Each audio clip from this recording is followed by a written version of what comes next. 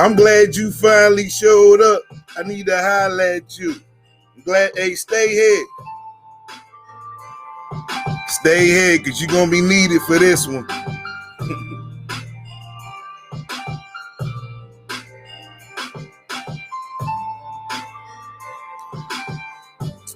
Peace. Welcome, everybody. Please, don't go nowhere.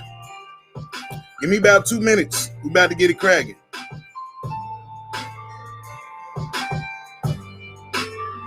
So even the little thing, I didn't even send it to myself. You know what I'm talking about?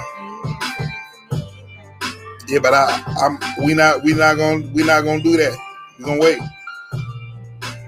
We're gonna wait. Yo, hold up, y'all can't see my shirt. I likes. I can get you one. Yeah. I don't care if my head halfway cut off. It's about this shirt right here. Yeah, what I mean? What's good? What's cracking, man? Yo, we're going to go ahead. We're going to cut the music, man. We're going to go ahead and get this thing cracking, man. What up, everybody? Welcome to the Real Rap Talk Podcast. DJ Incredible. K Anonymous in the building. Who will not remain anonymous much longer. Yeah, you're gonna be unanonymous in 2021. Oh yeah. You're gonna let the world. What up, y'all? Oh yeah. I got an interesting show today, man. So y'all need to hold tight. I don't know who needs to hear this, but we're gonna talk about death. And I know everybody can relate to this because everybody got somebody in their family that they love that passed, right? I'm not a preacher, all right? First and foremost, I'm not a preacher. I'm just a dude with a lot of game and a lot of knowledge, and I like to pass that on to those in need. Sometimes you need to hear words of inspiration, words of confirmation, and things of that nature. But before I touch on that, what happened with the solar system, my lady? What's going on? Is something freaky going on with the planets right now? What is it called? Well, I don't really know what it's called. People are calling it different things, but today was the first day of winter. All right, first day of winter. Shout out. Yes, it's the winter solstice. You dig? And you should be able to see Jupiter and Saturn really close, like an hour after sunset. Y'all hear that? So if y'all get y'all freak on tonight, y'all gonna make an alien baby out this piece. Oh my God. It'll be seen an hour after sunset, and just drop it. I'll get it. Might be. Just drop it. I'll get it. Thank you. Boy, I was like, yo, see, I was about to cuss. But it hasn't happened since the 1200s, since medieval times, like the year 1226. You want me to get it for you? So I'll get it. You sure? Yeah. I can hand it to you if you want me to. Thank you. Yeah. Thank you. So definitely. Thank you. Make sure that you go outside. You shouldn't need a telescope, but you'll be able to see Jupiter and Saturn in the western sky. So just look west from whatever location you are. Just look west and you should be able to see it. All right. So y'all got that part. So dig though. I know it's close to the holidays. And for some people, the holidays are not a joyous occasion. You feel me? Sometimes if you have somebody who's not here who you used to spending Christmas with, or just being with your family, period. If they're dead and gone, they passed on, it might actually be a downer for you that it's that time of the year, rather than while everybody else celebrating and they all joyous, and you know what I mean? I'm not that inconsiderate. I understand that sometimes it has the opposite effect on people, and you know, people get depressed because it brings up a Christmas that you spent with somebody that's no longer here, right? So the reason why we touching bases on mourning, death, and sometimes, and we said this on the show before, but we got new viewers, so I felt like this is the opportune time to bring this back in to the forefront. Despite how you grew up, despite your relationships with people, holding on to things and not really expressing or being able to express how you feel about a loved one. A lot of times we get caught off guard when our loved ones pass and it leave us short. You know what I mean? Like, that's why people say, tell people you love them every day. And we don't do that. As many times as people have said that, we don't do that. Sometimes we get so busy and so preoccupied, we honestly, some of our family members get pushed to the back burner. The priorities of our lives, you know, take a forefront to what we be having going on. And then next thing you know, you get that phone call, such and such died. And then it's like, oh, or damn, or no, or whatever your reaction is. All right, so my personal experience, the craziest situation I had to deal with, I think first and foremost, I had a son that died that was stillborn. And to me, that was like my first child. And what was crazy about it, it was like 8 months.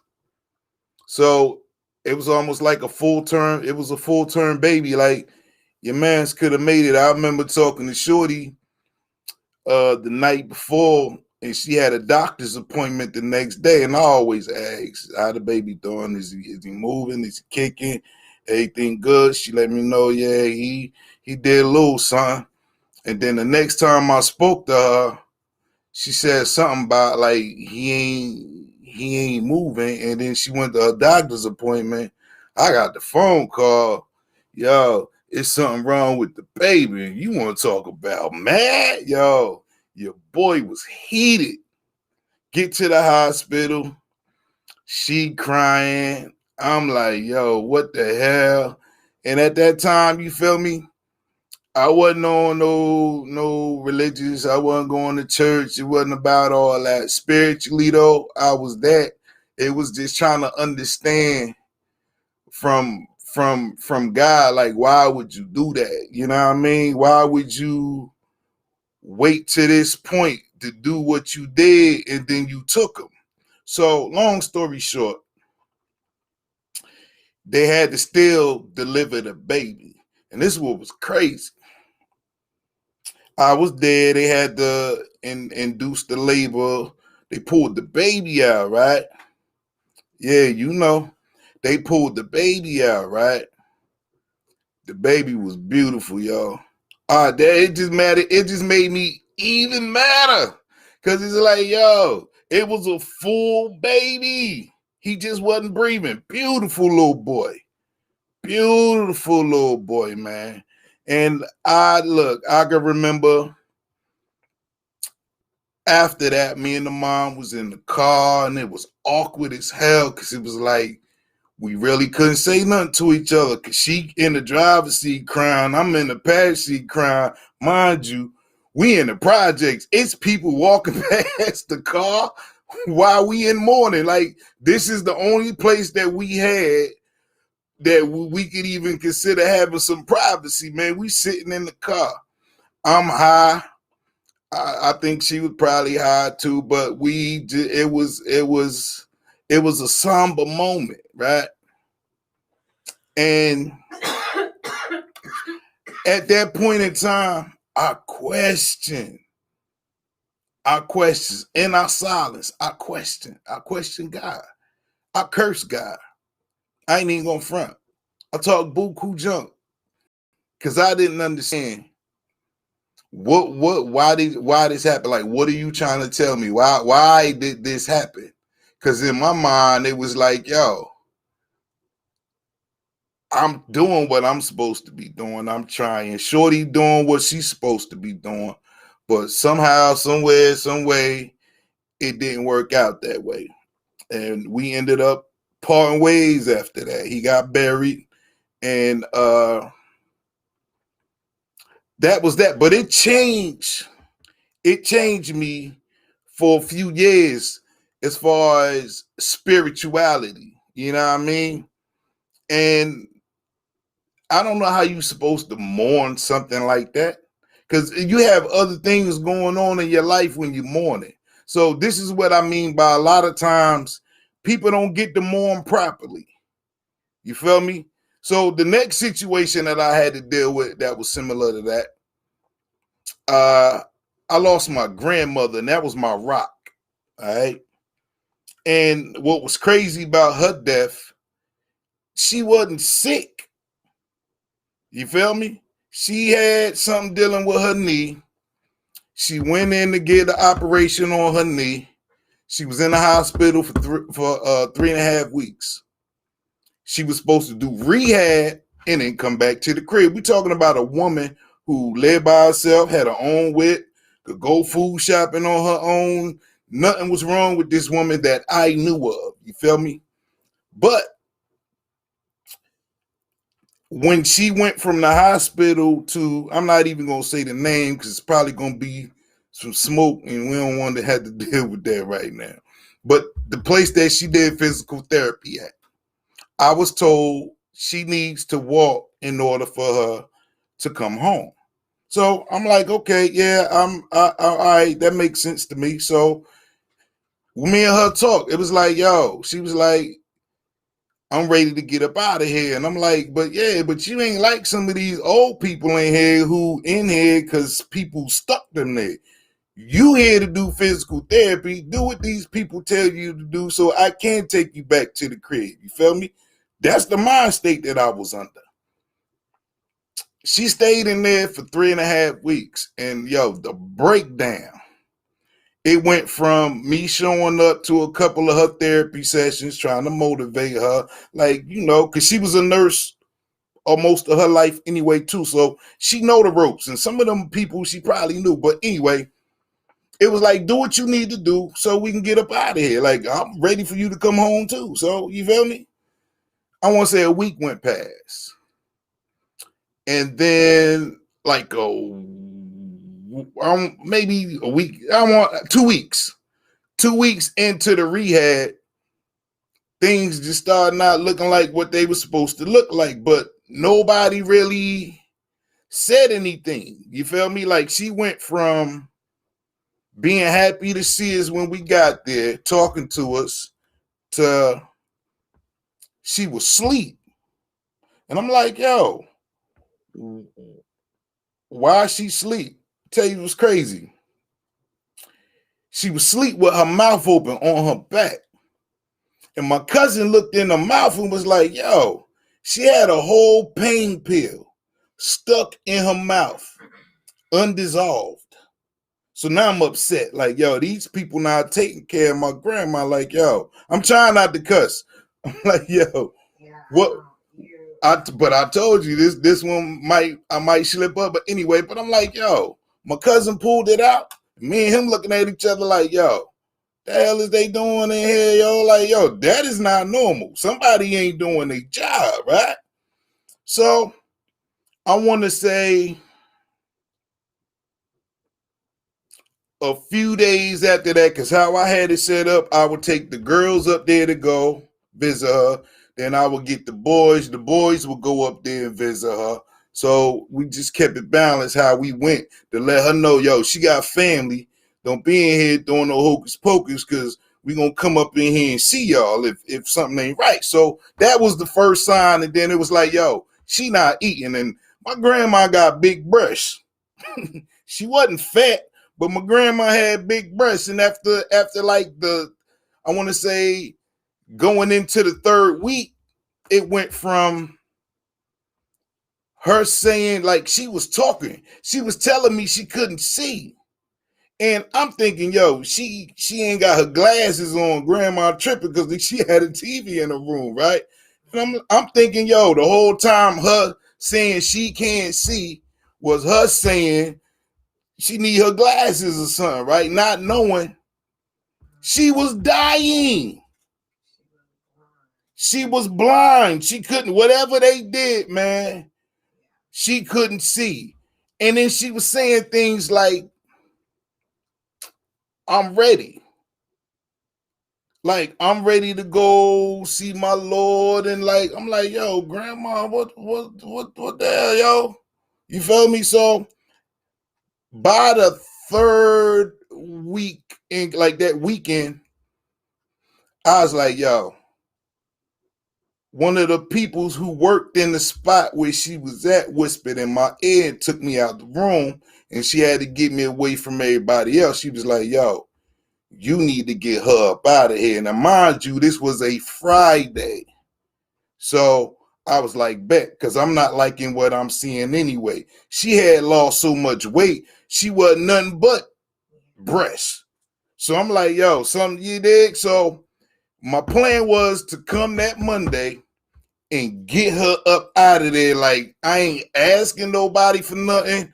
She discharging. You taking her to the crib, and my peoples and somebody else who I ain't gonna name argue with me like, yo, you not gonna be able to you gonna be able to take care of her at the crib. And I'm like, bro, I could do better than what they doing. You feel me? At least she'll be at home around people who love her, and we'll figure this out. You feel me? So went to see her that Sunday. It was this odor in the room, man. And I'm like, yo, what the hell is that smell, yo? Like, what? She wasn't saying nothing. She was breathing. But remember, I'm coming to get her out that Monday because the doctors is not there. She got to be released by the doctor. So I had to wait. I couldn't just snatch her up. So first thing that Monday morning, I'm there. I got my people with me. Somebody else who was supposed to let me do the talking, but tell you how funny family do. We had a plan. So we get there. We're waiting for the doctor to come. He didn't come at that time. So we had to like go get something to eat and come back. When we came back, he was there. So it's probably like around 11 o'clock. Now, when he came in, I went to go talk to the dude. My people started talking first. So now I'm sitting on the empty bed looking at him like, yo, the hell is this cat doing, man? Like, this ain't part of the plan. So he talking to the doctor, but he's not talking to the doctor as if he's upset, which is pissing me off even more because I'm like, yo, I'm here to punch somebody in the face. You ain't here trying to kiss these people ass, and that's not what we here for. It's about her well-being. You explaining to us what the hell y'all done did to my grandmother because she came here in good spirits, and in 3.5 weeks, y'all done altered all of that, right? So my cousin did his little talking, and then the doctor was about to leave, and I put my hand on bruh's chest like, yo, no. Bro, you might as well back your ass up. We ain't even done. And I'm like, yo, what the hell is this? And he's, what are you talking about? The nurse looking all shook because I'm like, yeah, I'm already up on game, B. What is this? What you talking about? Man, what you mean what I'm talking about, bro? Look at my grandmother, B. What y'all done did? Whatever this is, and I told you, man, I was like, y'all better undo this. He said it again. What you talking about? So now I'm in his grill like, bruh, like, I will bang him ass up in here. Stop playing with me, acting like you don't know what I'm talking about. You, if this is your patient, you ain't blind, nigga. You knew what she was like when she came in here versus what I'm looking at right now.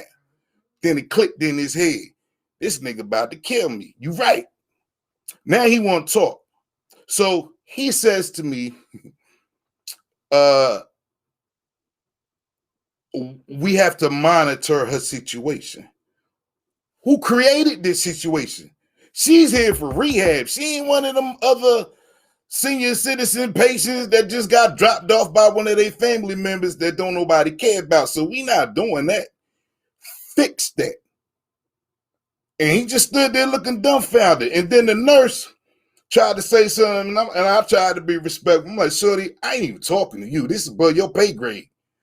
This is between me and him. He's the one in charge of the person that I love. So he got to answer to me right here, right now, or ain't nobody, nigga, this whole thing about to turn into a hostage situation, bro. I ain't playing with none of y'all. So he says, I said she needs to go to the hospital. She needs to get up out of here. So his response was, we'll monitor her situation because somebody else said something.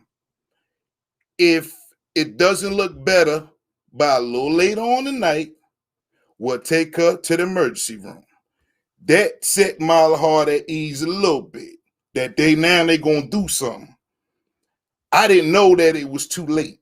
So I'm upset. I'm upset at the two people that I came with. Because one, they tried to talk me out of the plan. The same people who made the plan up with me got in front of these white people and these doctors and tried to switch up on me. So I had to watch how I channel my energy. You did. I needed it to be focused on him and not my so-called loved ones that was there, which was hard to do because I'm still a little upset about that, but I let people slide. All right. I leave. I go. I couldn't go home because of all of that built up in me. I had to go do what I love to do. I went bowling, tearing them pins up. I get a phone call on my celly. It's one of the nurses. They done switch shifts from when I went in there. And Shorty was like, yo, I don't know what's up with Miss Carrie. She don't look too good. And I said, thank you. Now somebody else seeing the same thing I'm seeing. How y'all there rotating shifts, but you the only person that called me that gave a damn about my grandmother. You feel me? So I said, yo, she needs to get up out of there. Like, I'm quite sure that doctor done left. He ain't did what he said. She needs to go back to the hospital. Y'all need to fix her. Shorty said she was on it. I felt even better. So, very stressful day. I go home. I take me a muscle relaxer. Matter of fact, me and my old lady at the time took a muscle relaxer. That day was stressful. How about in the middle of this muscle relaxer kicking in, I want to say 12, I think it was 12:15. It might have been 12:45. She finally made it to Piedmont Medical Center. I get a phone call from the doctor. They waking me up talking about, we have your grandmother here, but I ain't appreciate the what up, Merry Christmas, mama. The lack of confidence in his voice, like he ain't know what the hell he was supposed to do with her. Like, what you mean, bro? She was just there 3.5 weeks ago. Same patient, same person. She worked in the medical field. You probably know her. Show some respect. So he said, let me see what's going on and we'll call you back. I get a phone call 15 minutes later, waking me back up, telling me if I don't hurry up and get to the hospital, it's going to be too late. So now me and Shorty got to jump up out the bed. We all doped up on muscle relaxer. Fly to the hospital. We get there. She's gone. I went to the wrong. They told me she was somewhere else, but she wasn't where it was. So We doped up walking through the hospital. I meet the doctors in the lobby. He trying to tell me, I'm like, look, man, whatever this is, bro, y'all need to hurry up, take me where I need to go so I can see my people now. So they take me up there. I go in. She's in the room. She's laying on the table. And I cried because I felt like I failed her. This was not supposed to happen. You was in here on some routine shit. See, it was hard for me not to cuss. You done been cussing. It's okay, though. Go ahead. But you was here to have your knee scoped. Right. Feel me on this. Just a knee operation, not no organs or none of that. Not no heart, no COPD, none of that. Just to have your knee scoped because she had water on the knee. How the hell that lead to somebody dying? So I cried. I saw her.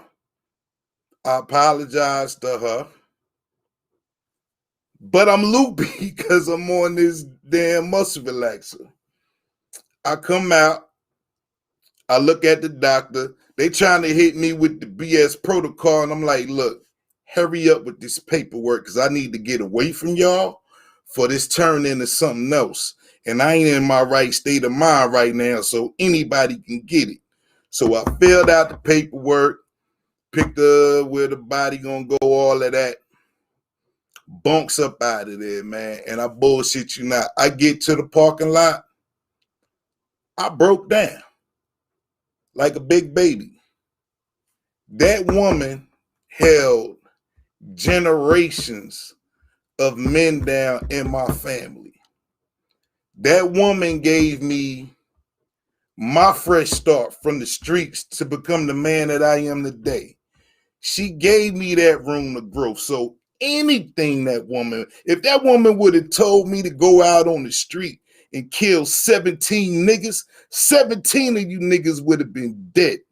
Automatic, no questions asked, okay? She is the one that kept me from being the me. Most people here, you got the soft version of me. But the me that I was before I came here, she kept that nigga in check.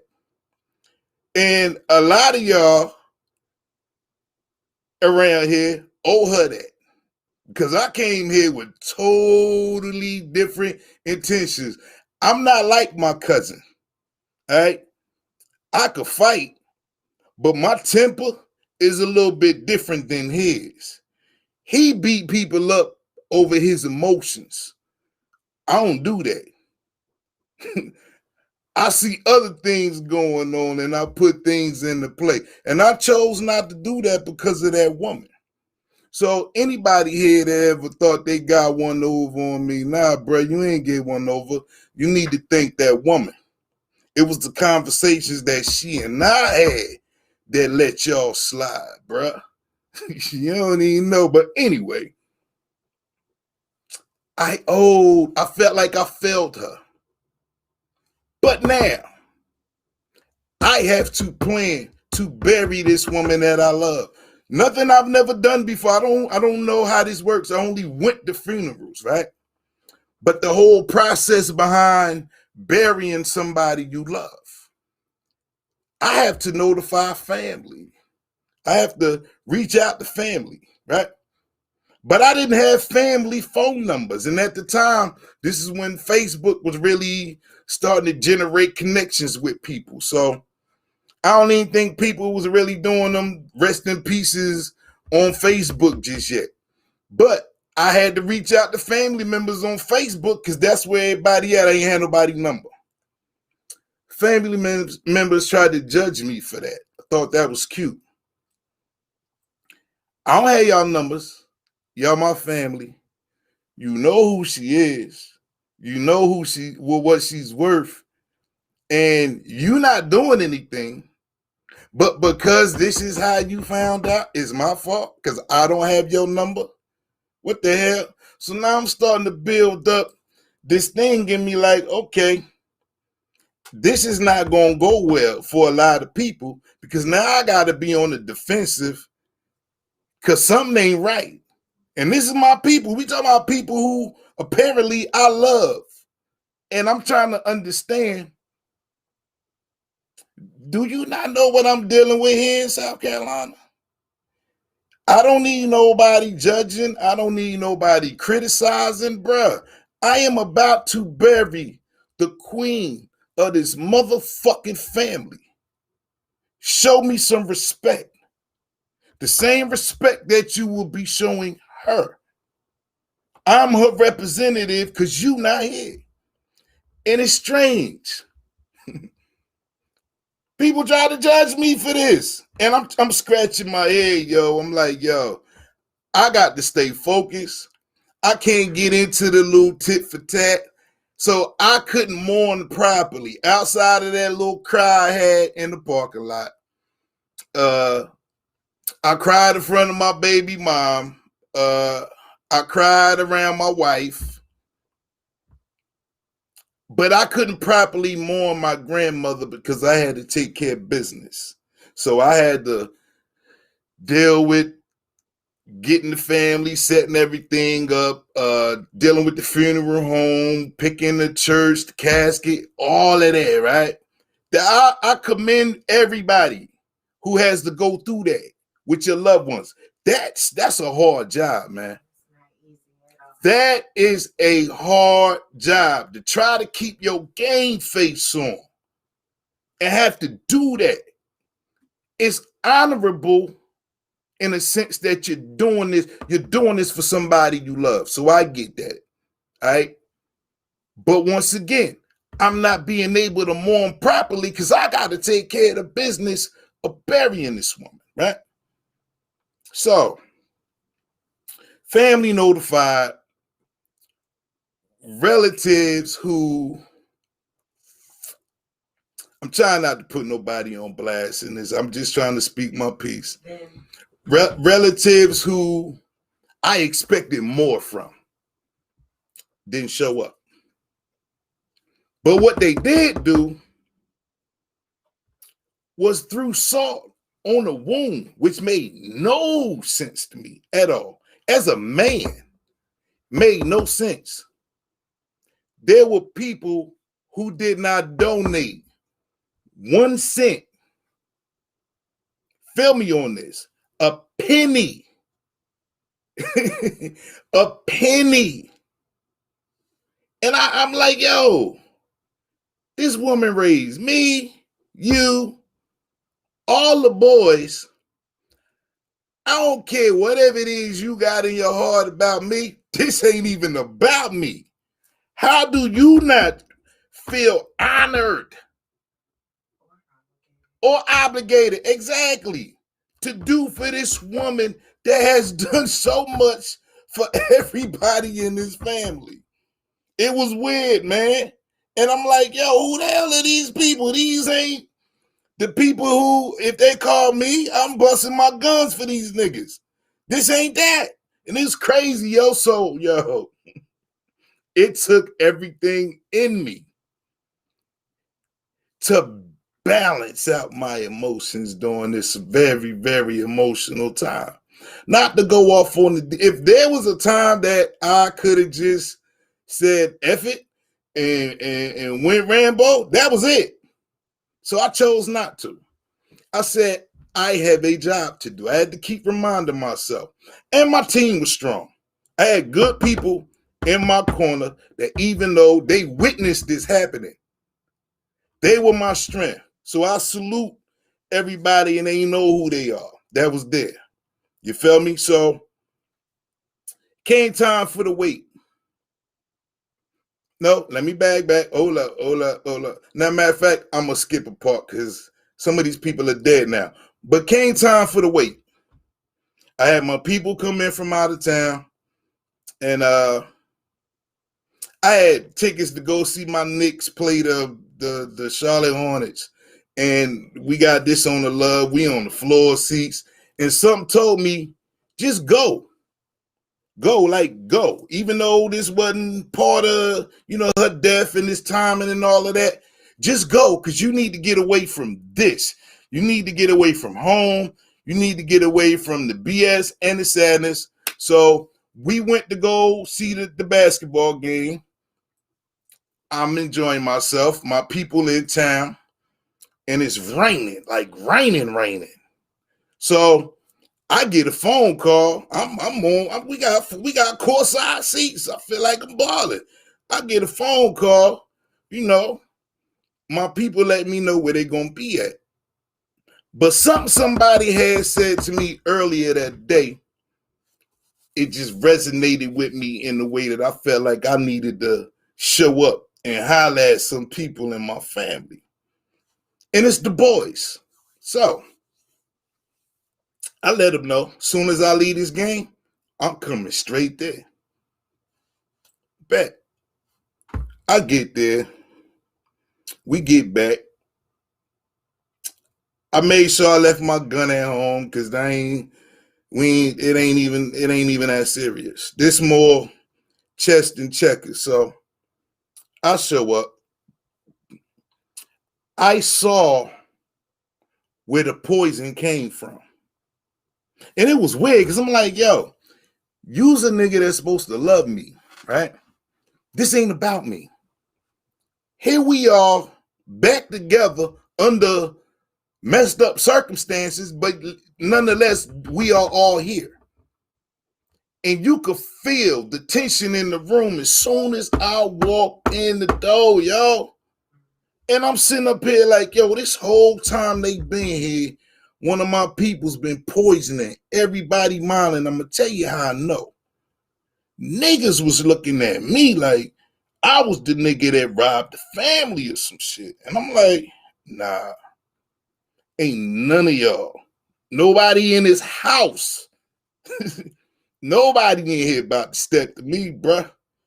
Nobody. Ain't nobody in this house better not utter a word or this whole thing is about to turn into something else. So we sat down, we talked. They was playing chess at the table. I don't know how to play chess. But I put something on the table for my peoples. And to understand the intent of ugly. I told my cousin, I signed the paperwork because I had power of attorney. I left everything to you. This brother said, word, how you do that? He ain't looking at me now. He playing chess with the other cousin. I'm sitting in the middle. I'm like, fuck you mean how I do that? Don't worry about how I do it. Just know that I did it. And he said, okay, all right. Said nothing else to me, which is odd. I just told you I left you everything. Why wouldn't you question? Why wouldn't you ask the right questions, right? Now, mind you, this is on a Friday. Everybody else done chilled out because I'm here now. They done, okay, cuz in the crib. They ain't with him per se. But he's still on his bullshit. So they want me to stay the night. I'm like, nah. My phone ringing. I got something I got to go take care of real quick.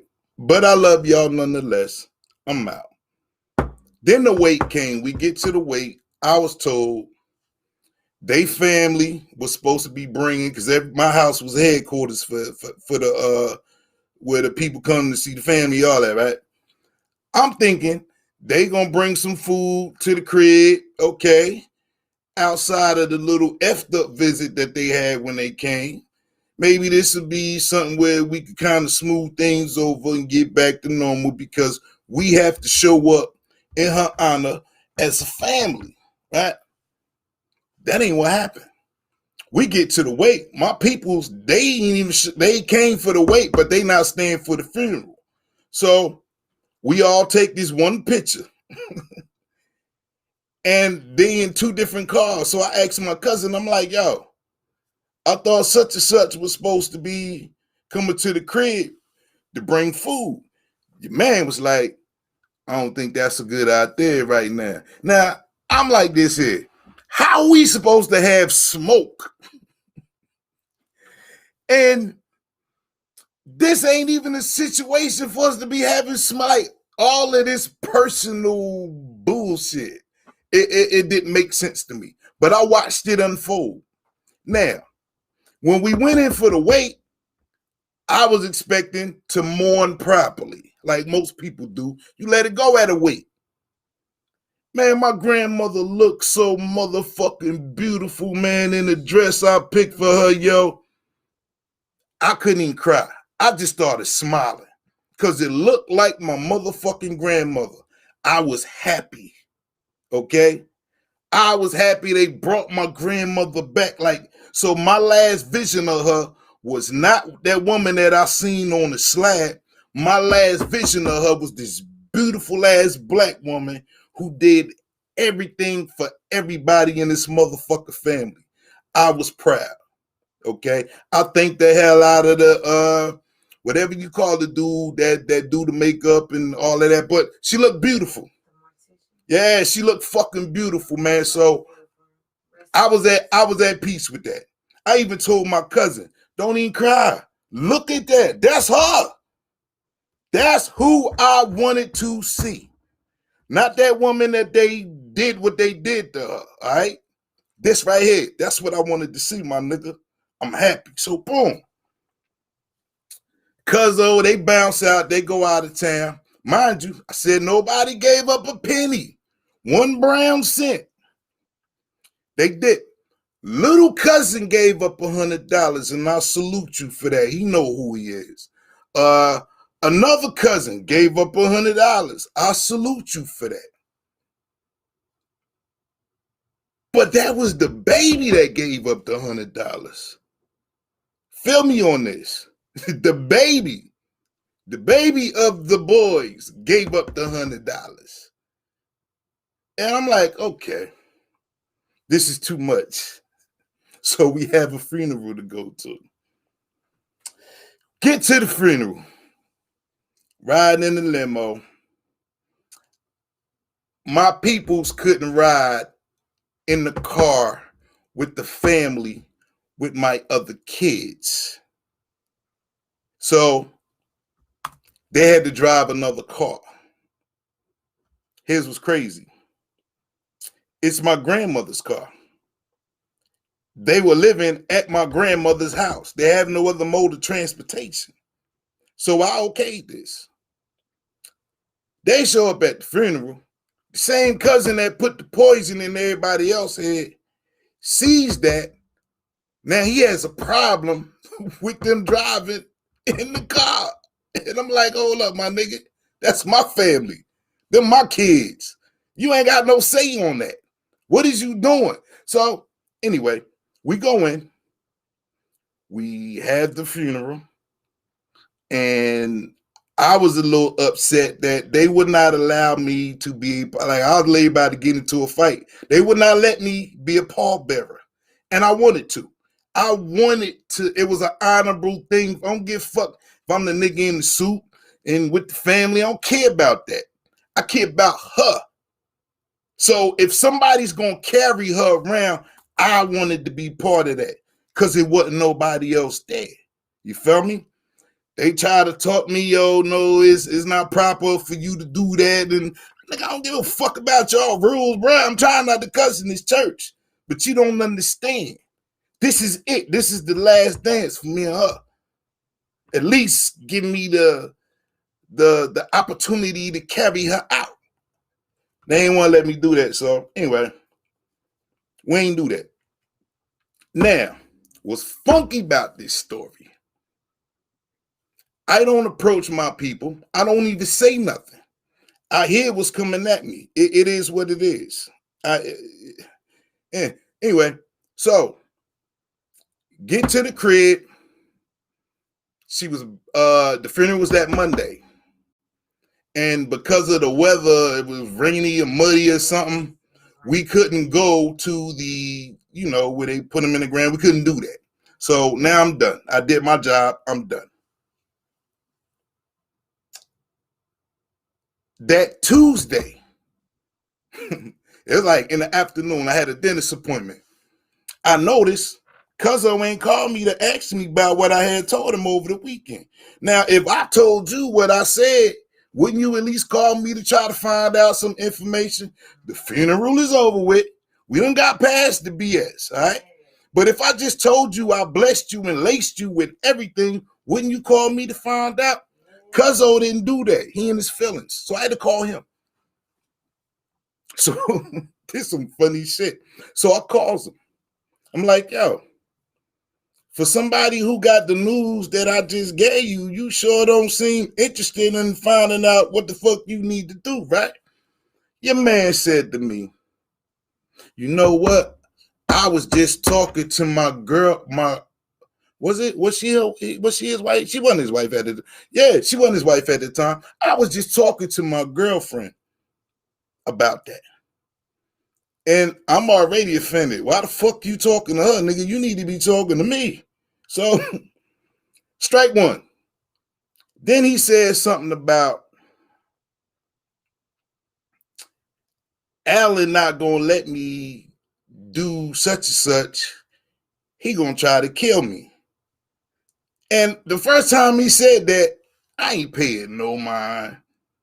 I just heard what he said. I just brushed it off. Then we got to talking more. He telling me what him and his woman said and what they plan on doing. And I'm like, what you mean you build? It's already a house there. What you building a house for? You ain't got no car.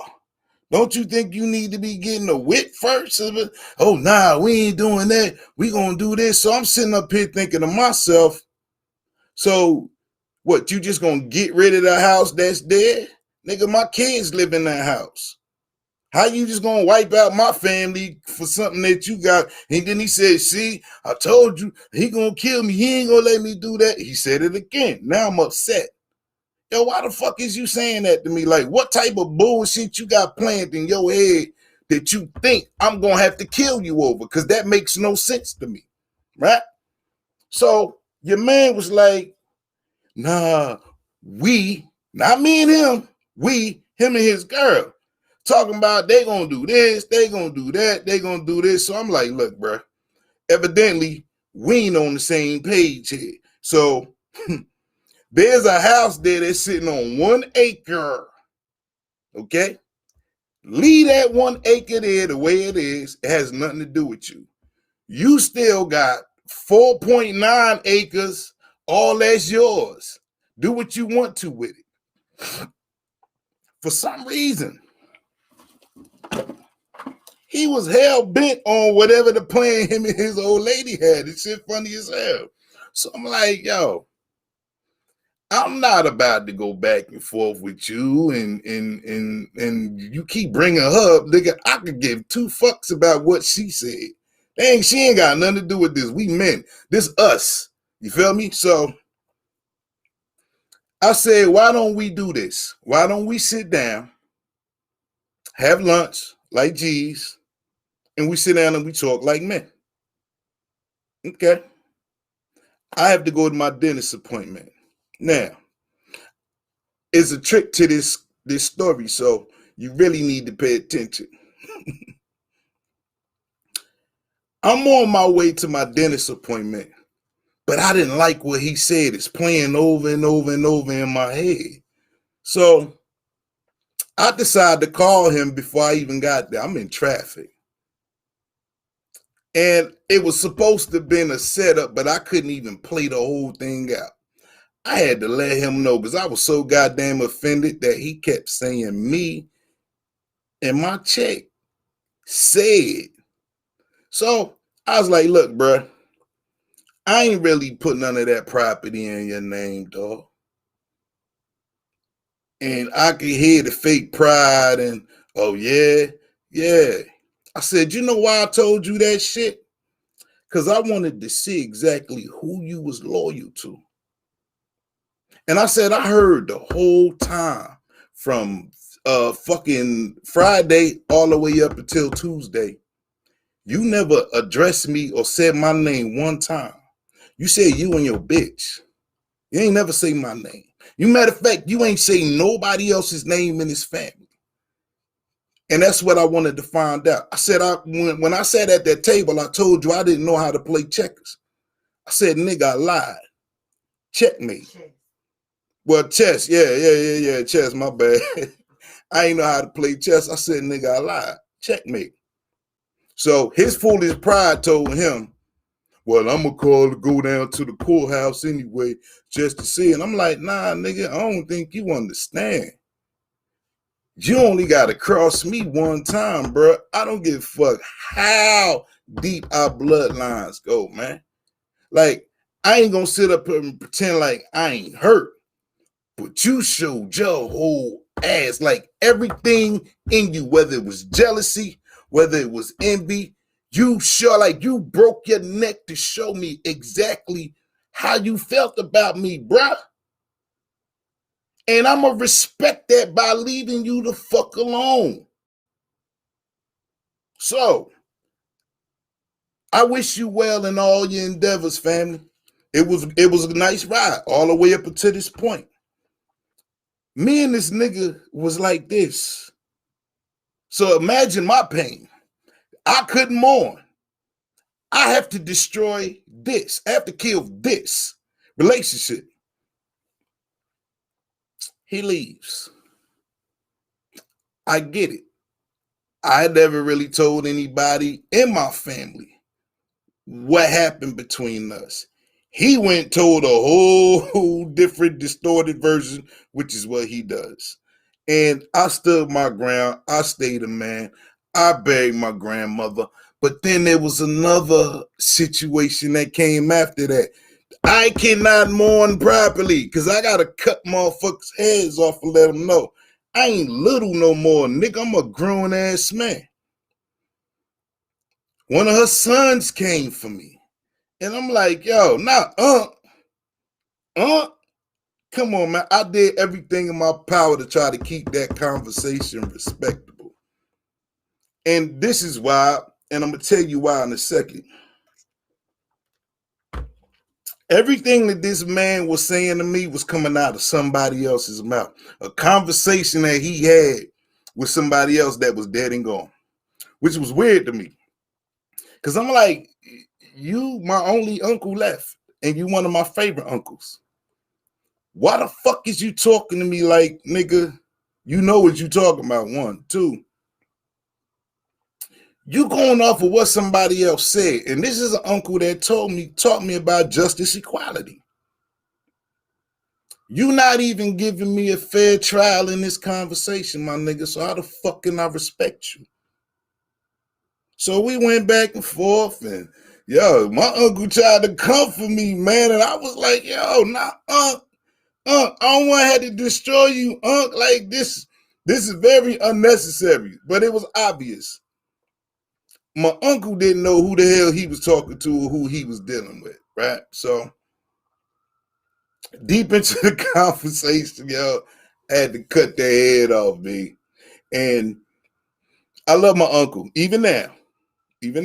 But he found out this day, your nephew ain't no little nigga no more. I'm a grown-ass man, bro. I done put in my work. Ain't nothing, nobody, nowhere, take the titles away. Ain't nothing, nowhere, nobody can tell me about what the hell I did. I don't care what another motherfucker done told you, bro. You didn't come to me. You didn't ask me my side of the story. You just took for face value what somebody else told you because you wanted something from that motherfucker. I don't play them games, all right? Anyway, your man said some shit about, yo, oh, you ain't no street nigga, you ain't did this, and you ain't did that. And I'm like, let me explain something to you, bro. You was the only person in my family that got married and had a wife and a kid. I said, nigga, all the boys idolized what you had. You was the marker for all of us. We all wanted to have what you had. You feel me? I was one of the few ones who modeled myself after that. So the nigga was like, yo, you ain't shit. When he said that, it's like, yo, hold up, my G. But if I ain't shit, that means you ain't shit, because I ain't just like you. Like, what you talking about? I said, I got married. I got kids outside of my marriage just like you. I ain't even gonna say the names, but I got a daughter and a son just like you. I said, my nigga, so if I ain't shit, you ain't shit neither, nigga.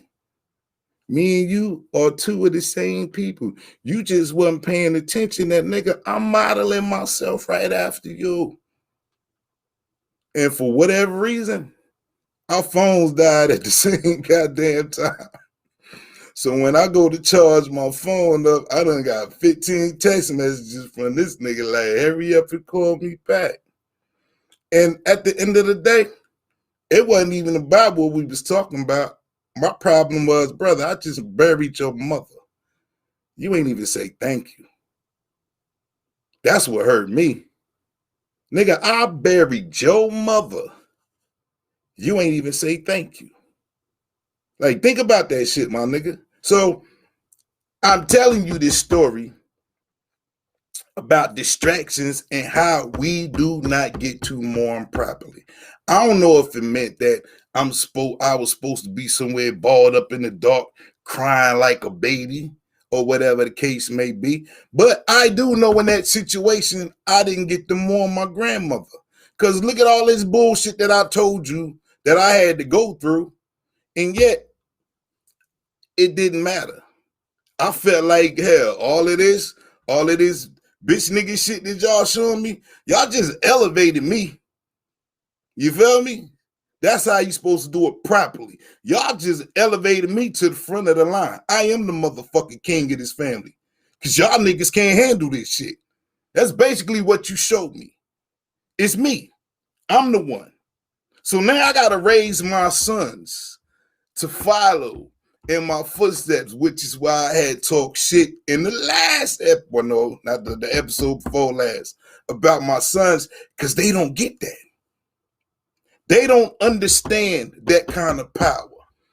And the conversation that I had with my younger cousin a few weeks back about the chain of command in your family. Nobody follows the chain of command anymore. It's like, okay, this is your family is over there, that's what they do. And then this cousin done had kids and they have a family over here, and this is what they do at their house. But who broke the chain of command? That's the part that trips me out about all of us. When did the chain of command get thrown out the window just because now you got your own family? That chain of command is the thing that made us what we are. And we got that shit from my elders. So I don't give a fuck if you make more money than this cousin or you doing better than this cousin. Nigga, the chain of command does not change. The minute you niggas started thinking it was you and you didn't earn it, y'all fucked up the family structure. Feel me? Because to this day, the boys still follow this chain of command, even for the ones that's not there anymore. The only reason why I took over is because there was nobody there to take over. This is how motherfuckers lose everything that your family worked for. When don't nobody step up to the motherfucking plate. I refuse to let that happen. Feel me? And I try to teach my punk ass sons, boy, I'd rather wipe you niggas out now. I'm not playing with none of my kids. If it's just gonna be me and you niggas gonna let whoever come in and do whatever behind me, and I threw my motherfucking life away for you. Wow. Think about that. How do we get to generational wealth if this is what our kids gonna do? They're gonna go behind all the work that we did and fuck it all up. Think about that. And if they not smart like us, damn, man, they gonna come in and take everything just like they did the Indians. just like they did everybody else. They're going to take your shit. And your dumb ass kid's going to be somewhere, probably in a camp some damn where or whatever they got planned for motherfuckers 10, 20 years from now. You feel me? Right. You got to get your kids to understand, man, fuck them books. It ain't just about the books. It's about building. It's about longevity. This is how we get back to the family structure. I watch my family separate and fall apart. And don't get me wrong. I'm one of the favorite cousins to everybody. Feel me on this. I'm one of everybody's favorite cousin. All of a sudden, motherfuckers act like they don't know me. Find that odd. Because I moved. Because I ain't there to protect you all the goddamn time. Nah, nigga. I'm the same cousin. But I'm doing what I'm supposed to do because y'all niggas ain't doing shit. Y'all out there getting fucked up, running from chick to chick, running from club to club, going to work, worrying about your own family. You ain't worrying about the bigger picture. And it's funny to me because I know the motherfucking uncles, the real G's of this family. One brother went up top, he sent for the other brother. They worked, he stayed with them, they got that nigga a house. Now 2 families are there. They sent for the other motherfucking brother. If he had to stay here, they put him on his feet. Now you got 3 cribs. They sent for the other motherfucking brother. If they already got established, he said, now we got 4 cribs. And they all got their own family. And guess what, nigga? We fucking cousins because of these 4 niggas. And the sisters. They all got their own cribs.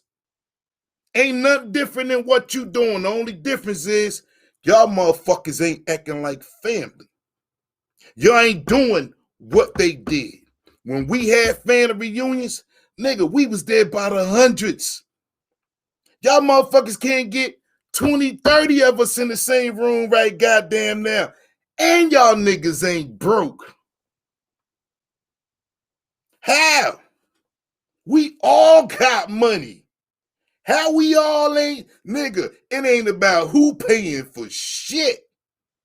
It's about motherfuckers getting out of their comfort zones and just making it happen. It's that simple. But it's not important to you no more. I got a cousin, and I ain't gonna say her name. I still love her. I just thought this shit was fucked up. She has a husband. And I kept my feelings to myself. But I know she might be watching this, so I'm gonna speak on this shit. We were supposed to come to her house for Thanksgiving. This big. It's a cousin that I love, and she loved the fuck out of me, right?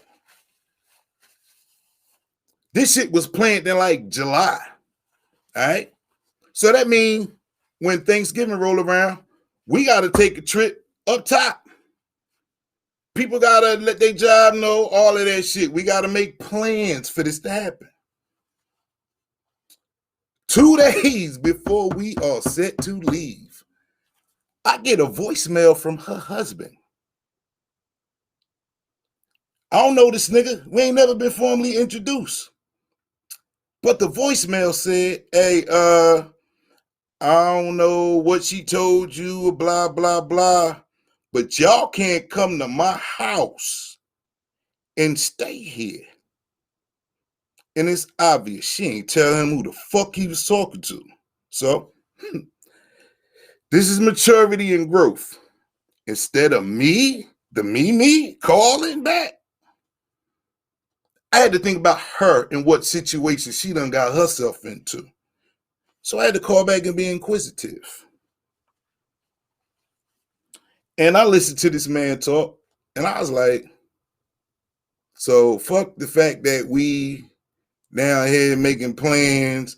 You ain't know about it. I get that. I respect that. Your house. I get that.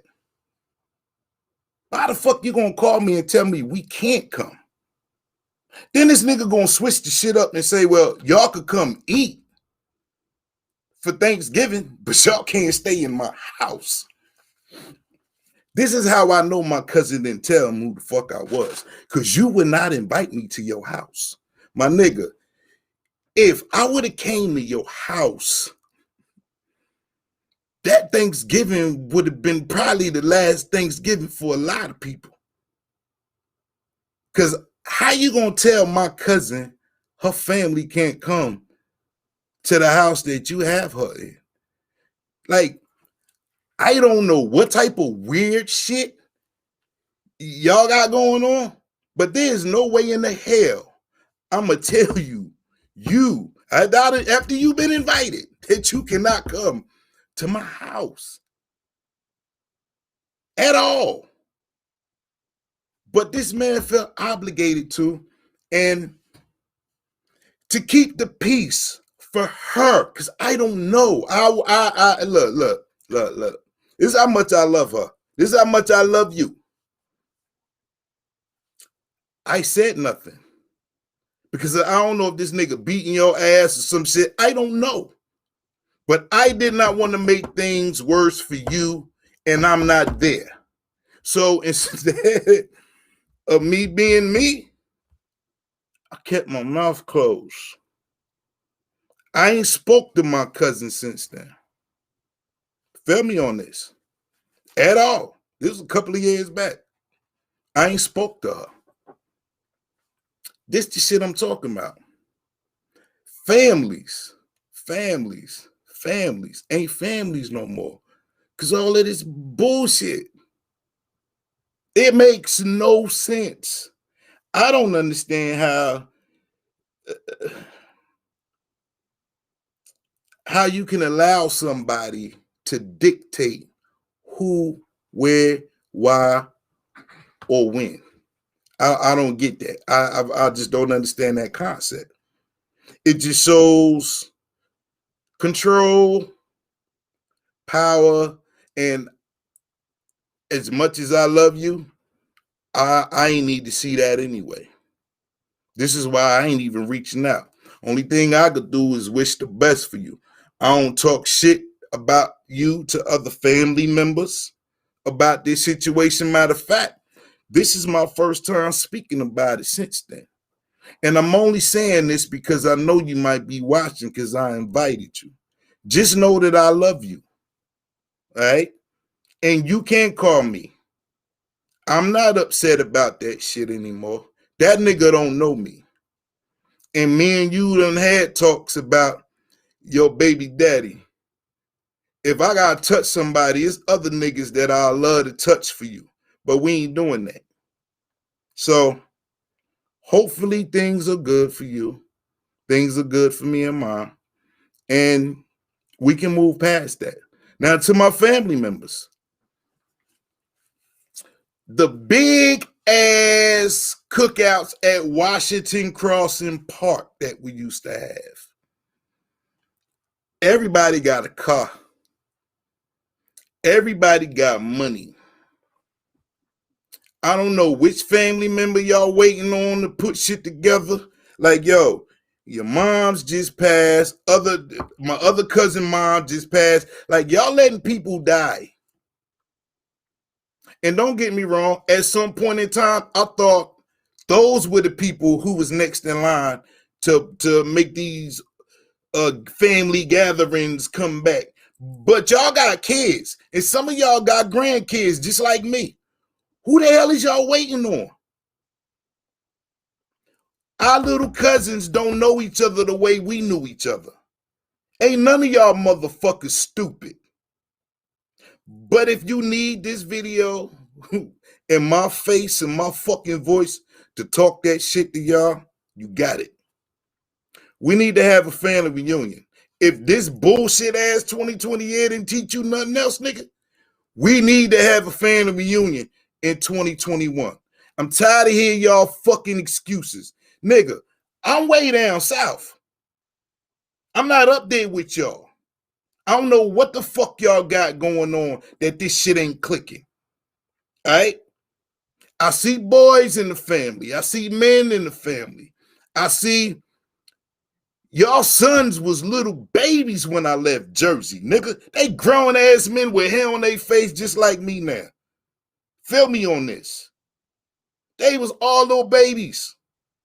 They grown ass men with kids. No family reunion, my nigga. Who the fuck is that mad? Who is the fuck is that angry? We better than that. We was the pride of Jersey. Feel me on that. I gotta remind you niggas, the pride of Jersey. Not you stunting on your friends. Not you stunting on other motherfuckers in this family. Nigga, our family was the pride of Jersey.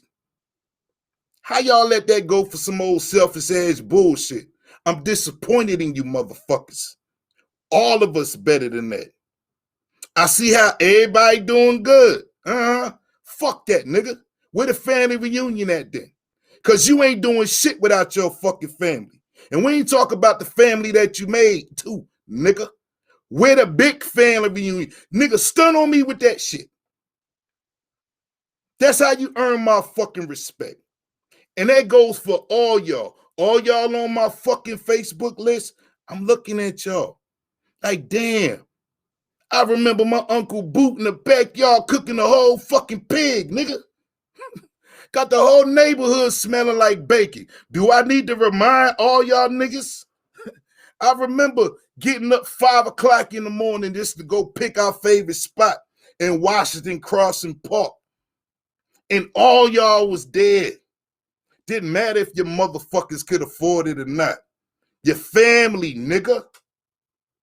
Look me in my motherfucking eyes and tell me I'm lying.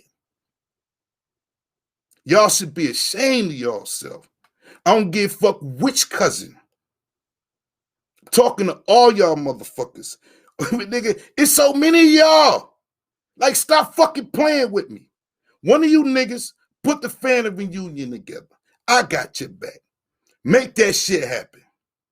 I don't know everybody's phone number. I'm too fucking far away from y'all. But you got mine. And me and mine will show the fuck up. And it ain't about money. It's about effort, nigga. Y'all efforts suck. So which elder? I don't care. Matter of fact, shout out to Amelia, because she talked to me about some shit one time. It didn't happen. It didn't happen. I don't hear nobody else talking about shit. None of y'all. None of y'all. And if you guys saw this, hey, hit your boy up. You know we can talk. Shit, nigga. I've been looking for a reason to take that trip. I'll come up there and holler at y'all. If y'all want to do this, man. We all over the place. It's no fucking excuses. Shit. If I had to pick a motherfucker up on my way up there, don't matter. Family do that. No excuses. So y'all get y'all shit together on that, man. I'm sorry. It bungee jumped to somewhere else, but I felt like I needed to get that out. Because everybody's dying. I don't get that. Everybody's dying. Y'all ain't in control of that. That's the wild shit. Y'all ain't got no control over who dies next. Could be you. Could be one of your kids. God forbid. I ain't trying to put that on you, but damn. My nigga, why y'all gambling with this time? We ain't got a whole lot of time. Put the fucking family reunion together, man. They had a little mini one down here a while back. But that was the people from down here. That ain't the same thing. The ones that know what I'm talking about know what the fuck I'm talking about. Nigga, we deep. Ain't no way in the hell all y'all niggas done went to college and prospering the way y'all prospering, and y'all motherfuckers can't even put together a family reunion, man. Fuck out of here, nigga. You know I know better. I know you know better. Do something about that shit. Wonder why the fuck I don't come home. Y'all niggas is weird.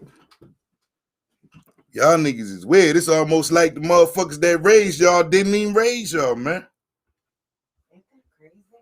Very crazy to me. Because I know y'all know better.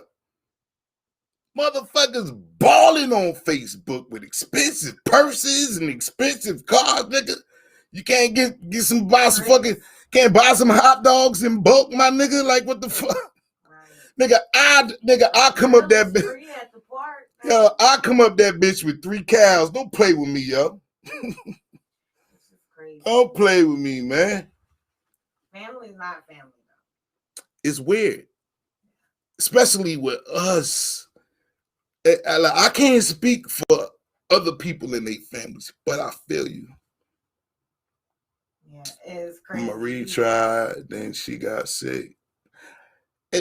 Auntie, I love you. Ain't no excuses, and you know this shit.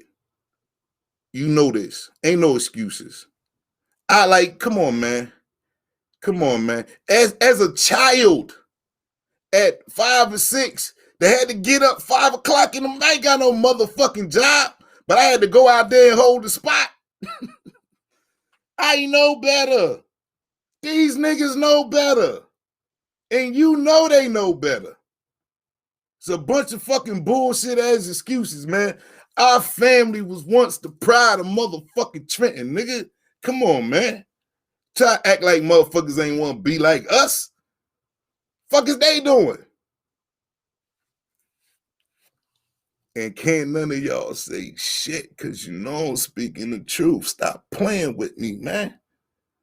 I hope if it took this video, nigga, I'm tagging all y'all on this video. Y'all better deactivate y'all Facebook page, nigga.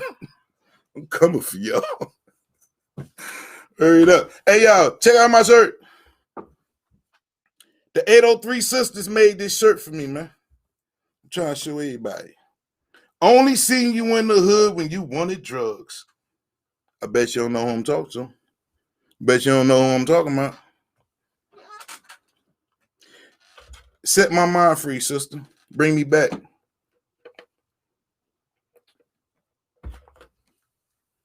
Bring me back. I told you I was calm, so calm and collected. And you just Hey. It's that solar, whatever that solar thing is with the planets and shit. I feel it. I understand. There was a lot. But it needed to be said. Yeah, but now, I mean, I didn't know there was a lot of things going on. Like, at the time, like, I didn't know. What part of that? Yeah, I didn't know. Like, I knew what was going on, but I didn't know, like, how you felt about the situation because you was trying to be, you know, a man. Exactly. But that's why this episode was what it was about. And this is for other people who have to deal with family, right? When you are responsible for burying a loved one, or even just having to deal with the loss of somebody that you love, right? And you don't get to mourn properly because of some internal bullshit. Especially the elder, especially the glue. There are people who they deflect. You feel me? There are people who don't deal with real shit. They can't handle that. They don't want to hear the truth. And it's kind of like you the dude that, or you the girl that saw somebody cheating on your best friend, and you go tell your best friend, and your best friend get mad at you. I never understood that shit. That power shit. Yeah, but I never that shit is dumb as hell to me. So hold up, my nigga. I love you. I care about you. I'm telling you something that I saw, and you get mad at me for telling you the truth. Okay. I don't get that. I don't get that. Like, this whole life shit ain't as hard as people make it. I can remember being poor. That's the funny shit. We was poor together when we was having these good times. That's what's wild about this shit. We were poor and experienced bliss. How y'all niggas get money? No bliss. No bliss. No bliss. None. And I can't imagine it's gonna cost us $10,000 to have a fucking family reunion, man. I see motherfuckers doing this shit for at best, depending on how fly they want the shit. I could see motherfuckers probably spending a stack. Hold up though. A stack. Just a stack. Did you know what I said? Yes, but now I'm thinking about the economical side of this shit. $1,000.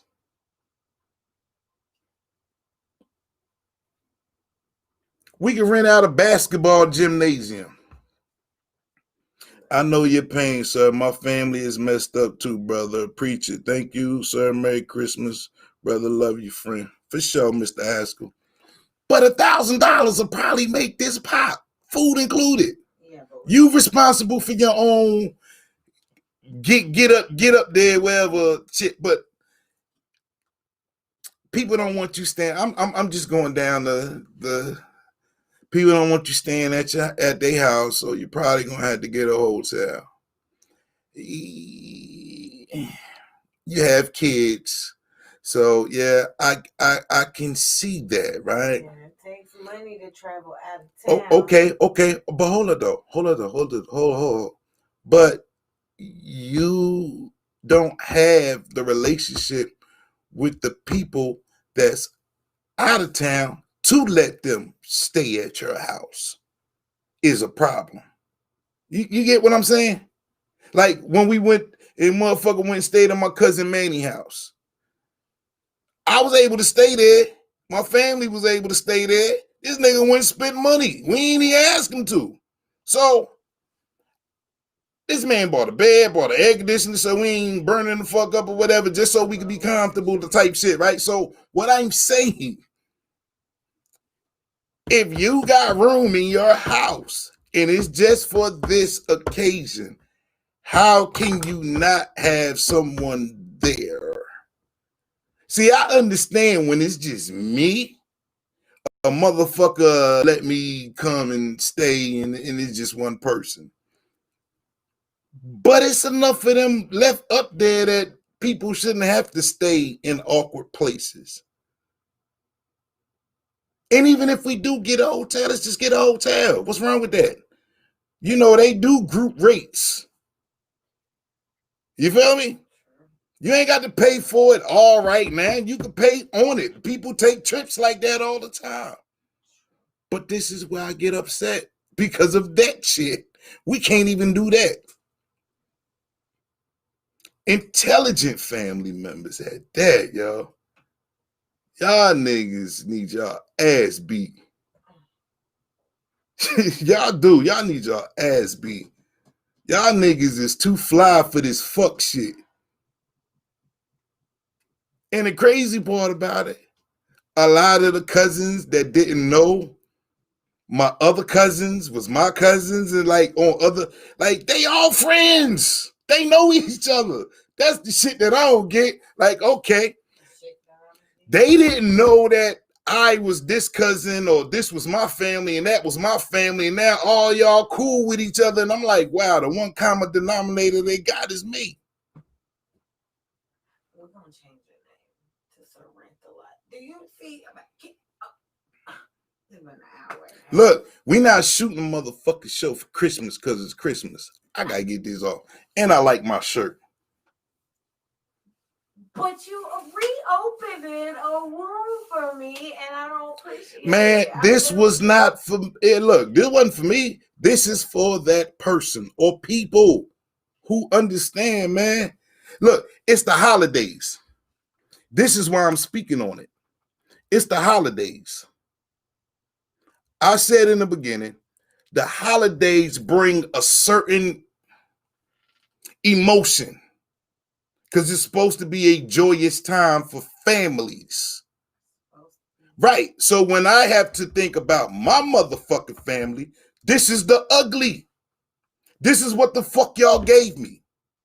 And I never consider myself the black sheep of the family, but I went, nigga, I wear that hat all motherfucking day long, nigga.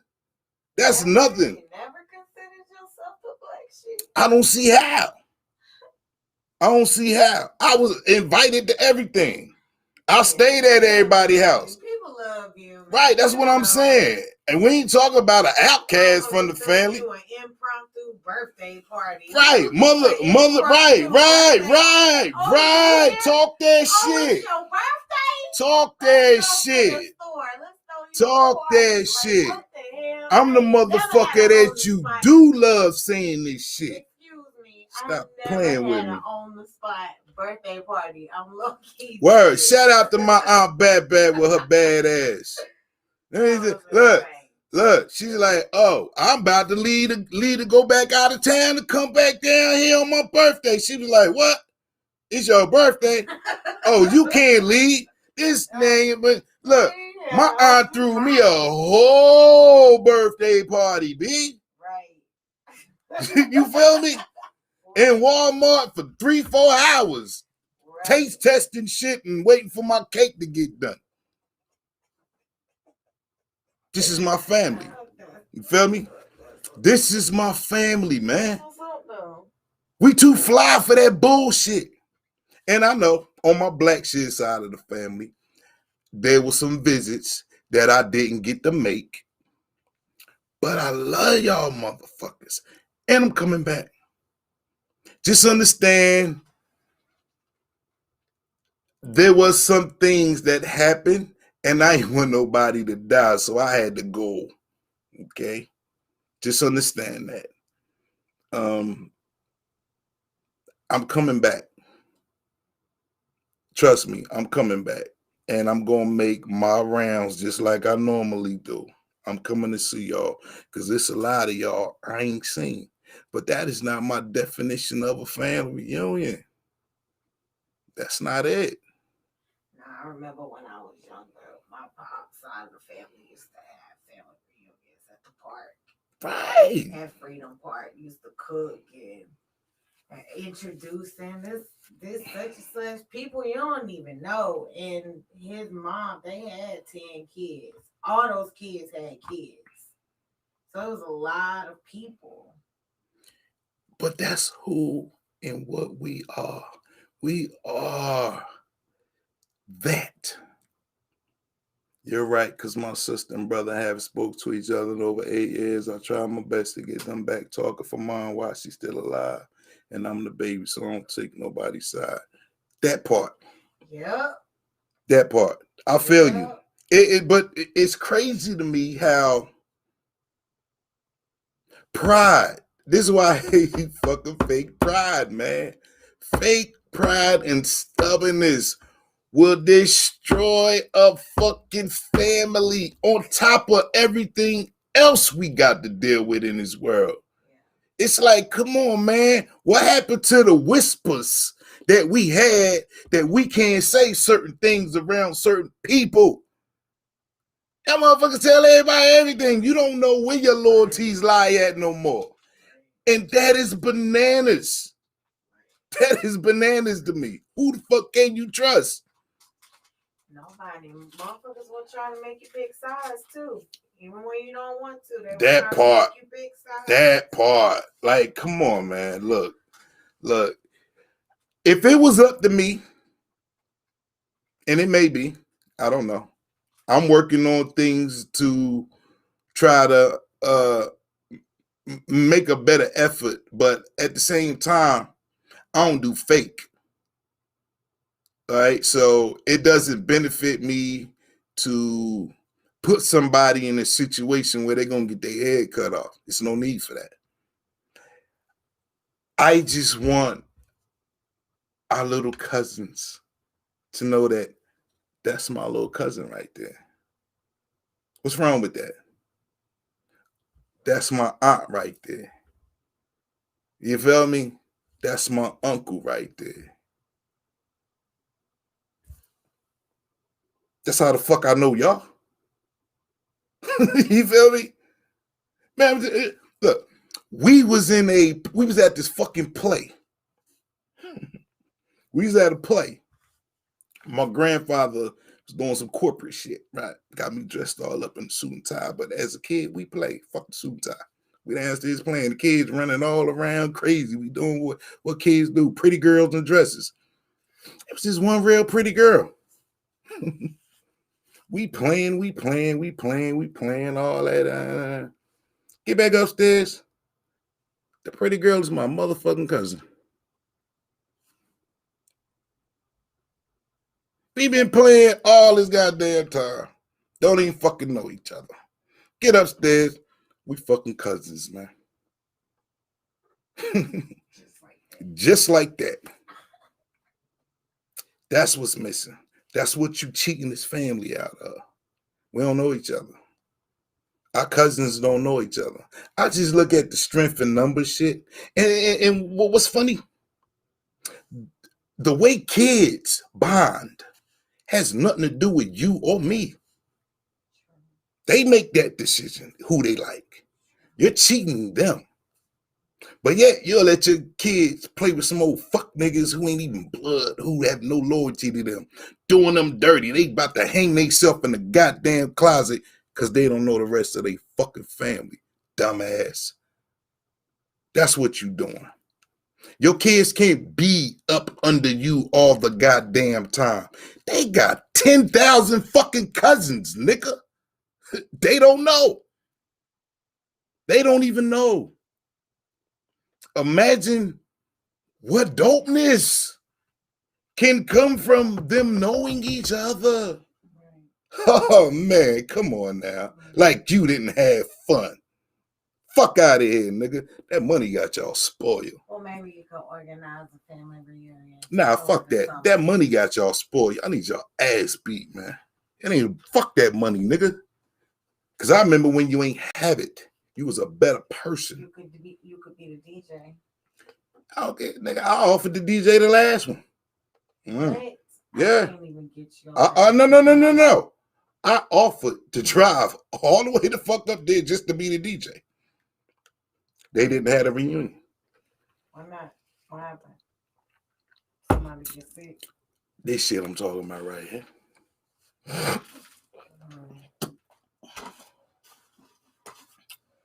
Oh, wow, that's foul. How was that foul? I just pulled these out the garbage. Why was they in the garbage? That's another conversation to have on another day. Families, people, morning, find time. Fuck the family bullshit. Find the time to mourn, man. You need that. You owe that to yourself. Especially if it's somebody you love. For those that are still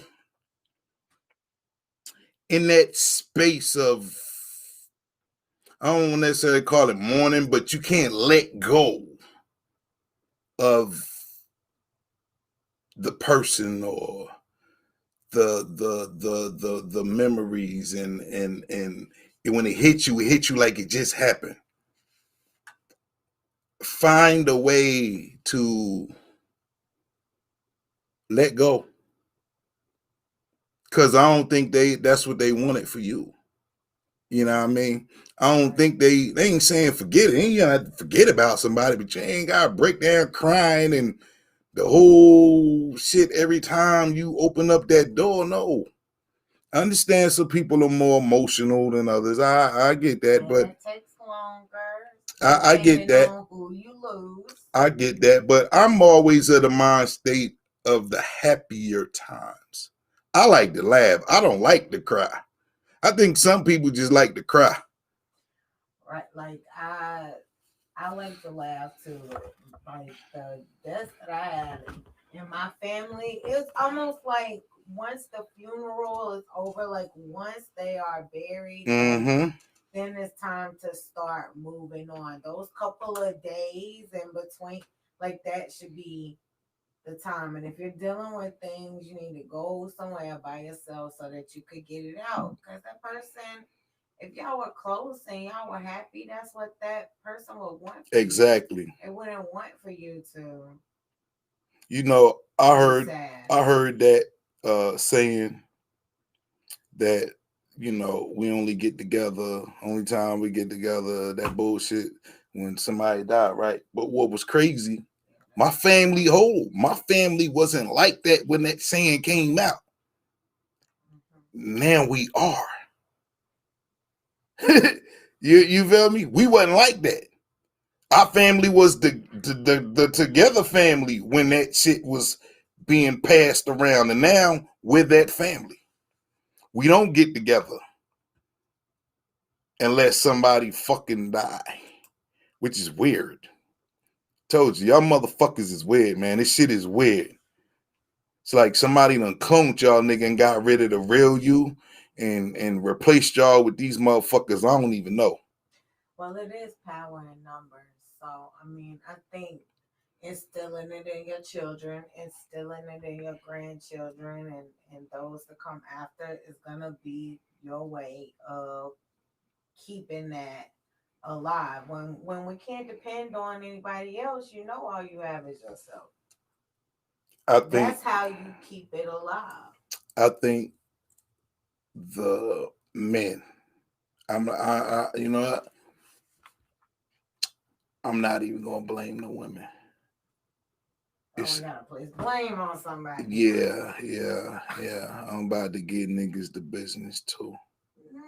No, I'm about to be done. I'm about to be done with that shit. Look. I am. Because I just thought about something. Outside of me, there was no male cousins. You feel me? I'm talking about of age from that time period. That was still in the city, other than the aunts and uncles. But male cousin wise, it was me. I left. Hear what I'm saying? I left. All the other ones was babies.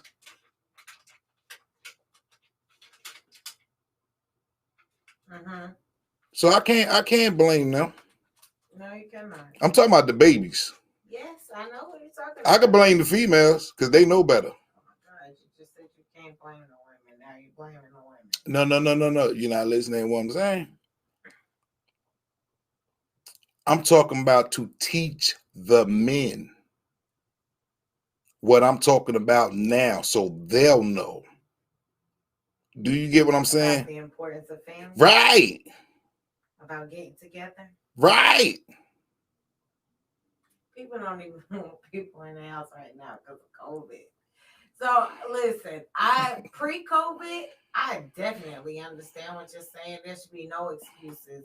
And even after, like, there should still be some type of way, even if it's virtual. Like I said, even if it was virtual, because some people are really still afraid. Like, but at some point, you're right. Getting the family together is necessary so that our children can know, so that we can know each other. All right. Here's the pledge. I want y'all to get at me. When we done with this COVID bullshit, and they figured out the X's and the O's and which one of you niggas gonna be taking this fucking vaccine and yada, yada, yada, yada, yada, yada, yada. I'm gonna give y'all 2 years. That seems fair? You think 2 years is a good grace period? Yeah. All right, in the meantime, keep your motherfucking selves alive. Right. You did. Keep yourselves alive.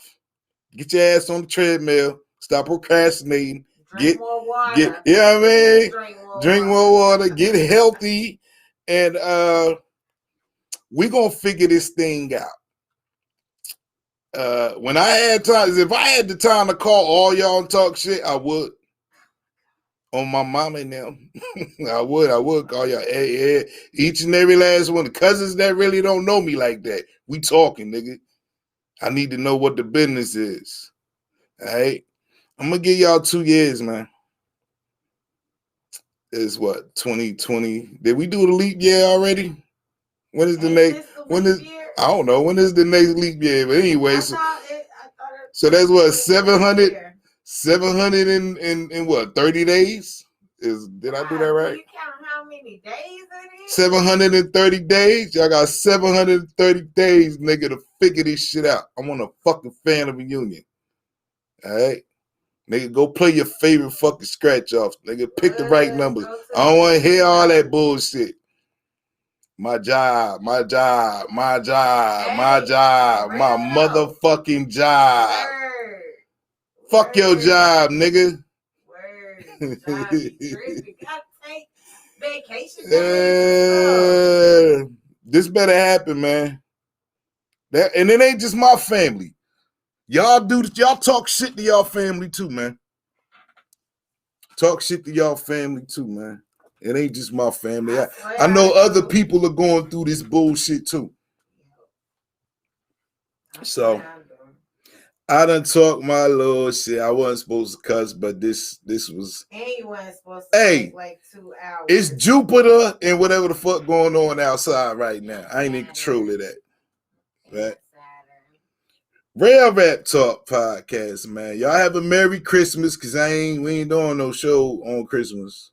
I started to, but done now. You done? Yeah, I told you. I'm done. I'm done, and I'm finished. You cutting me off. We're going to see y'all. I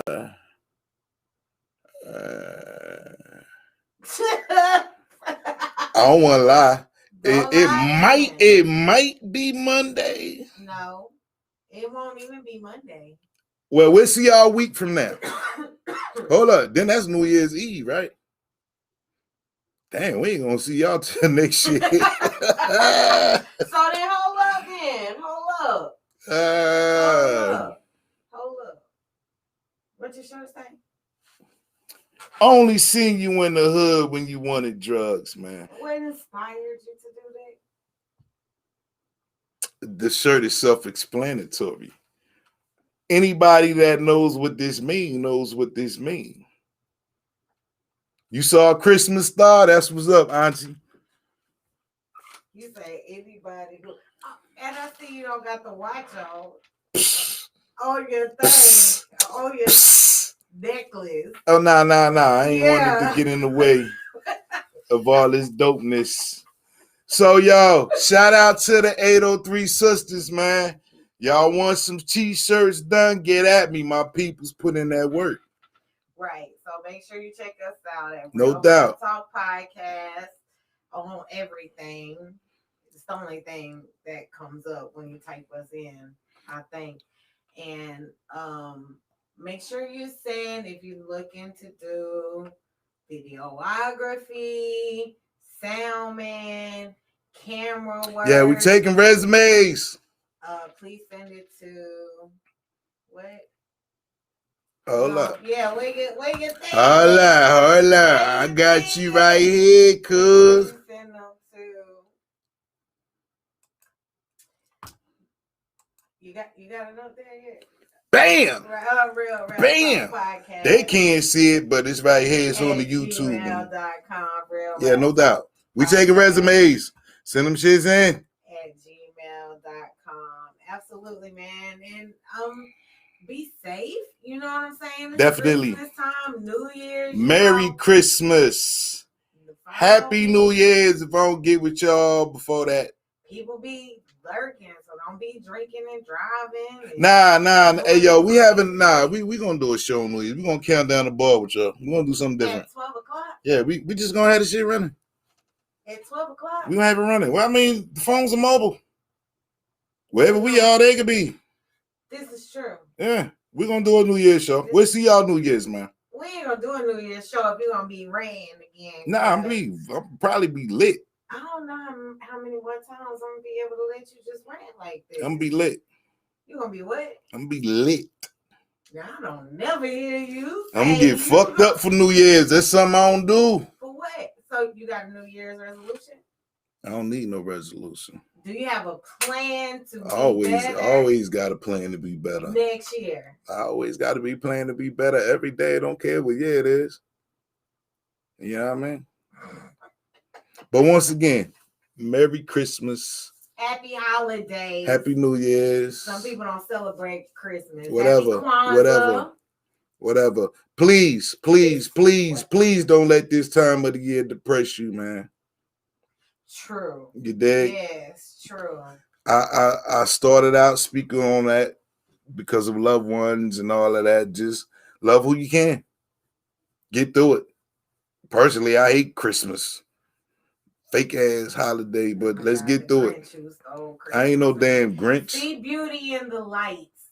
See beauty in having the loved ones that you do. Word, I do. I ain't gonna front. I hate Christmas because it's fake. It's bullshit. It's almost like we gotta go to an assembly for that one day. What's the assembly? I'm just saying that's what Christmas is like. We have to go to an assembly. I don't know. Christmas is the fuck. I don't know. Christmas is the damn assembly. You don't know. You said Christmas is the assembly. Shit. I mean, it's a pagan holiday, but still, like. Okay. You giving out gifts for you climbing down chimneys and shit for Christmas? Oh no. Right. Me neither. Climbing down the chimney now. We don't do nothing. I ain't buying nobody shit. How old was you? Don't mean I don't love you. I'm just. How old was you when you found out Santa wasn't real? When we moved to the projects. How old was you? Well, I knew before then, but just understand what I'm saying. I knew before then, but the common sense part of being in the projects, how the fuck he gonna get down a chimney in his apartment here? There's an apartment here with no chimney. How you making all these rounds? How you breaking in people's houses in the projects? How old was you? 12. 12? Yeah. You believe till you was 12? No, see, you didn't listen. I knew beforehand, but there were other people who still did believe in that shit. But by that time, I was in the projects. That was my analogy to them. That nigga ain't no goddamn Santa Claus. Answer around the question. I asked how old were you? I knew you found out? Probably when I was about 7. What happened? What you mean? When you was 7, they used to have a one. I don't know if it was a 1-900 number.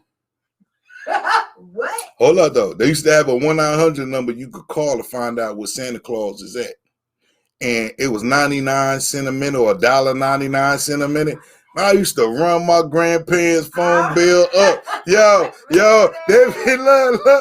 they'd be like, go upstairs and sleep in the bed because I worried the fuck out their ass, questioning them, right?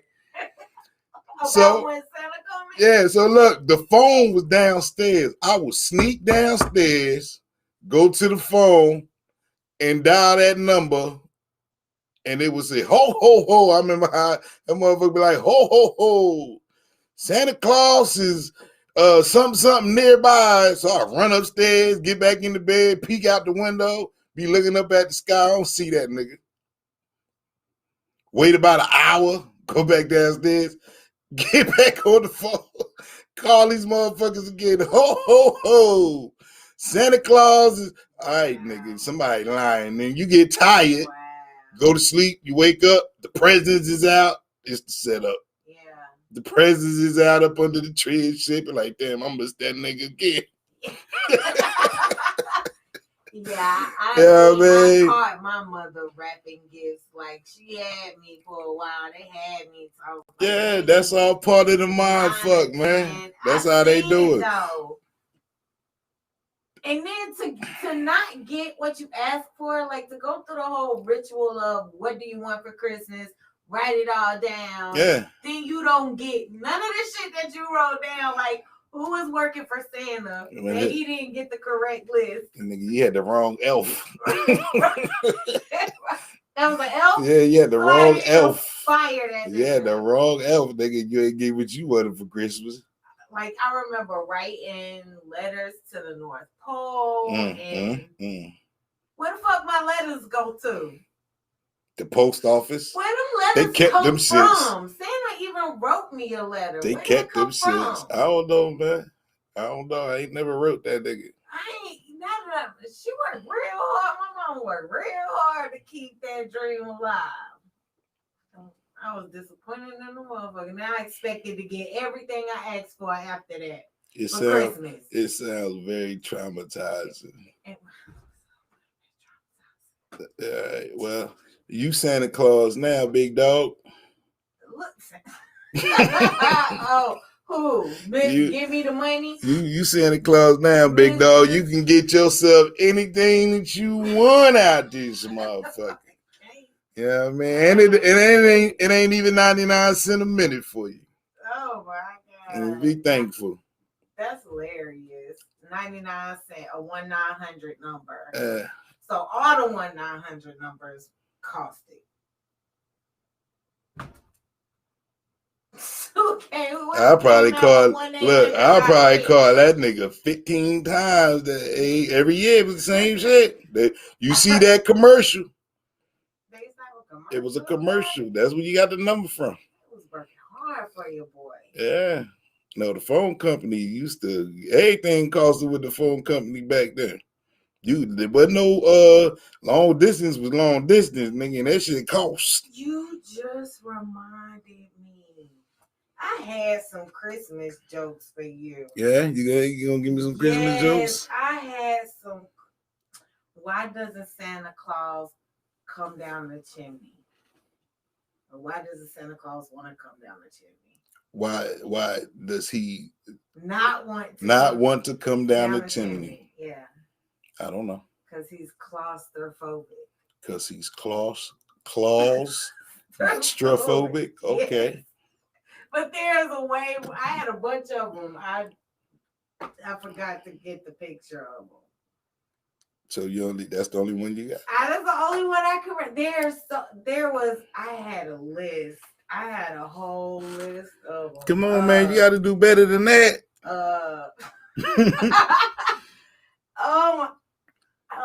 I can't think of them. You don't have one? I have no Christmas joke whatsoever. No corny dad Christmas joke. Nope. I don't do that. Oh, did you hear about the Santa's elf that got famous? No. Elvis? Okay. I got a bunch of them, but I can't remember. I'm gonna get them to you. Well, you're gonna have to bring them shits back on the New Year's show. I'm trying to end this one. Go ahead, do your thing. Merry Christmas. Real Rap Talk Podcast, man. Kid Anonymous, DJ Incredible. Happy holidays, y'all. For sure. We out, B.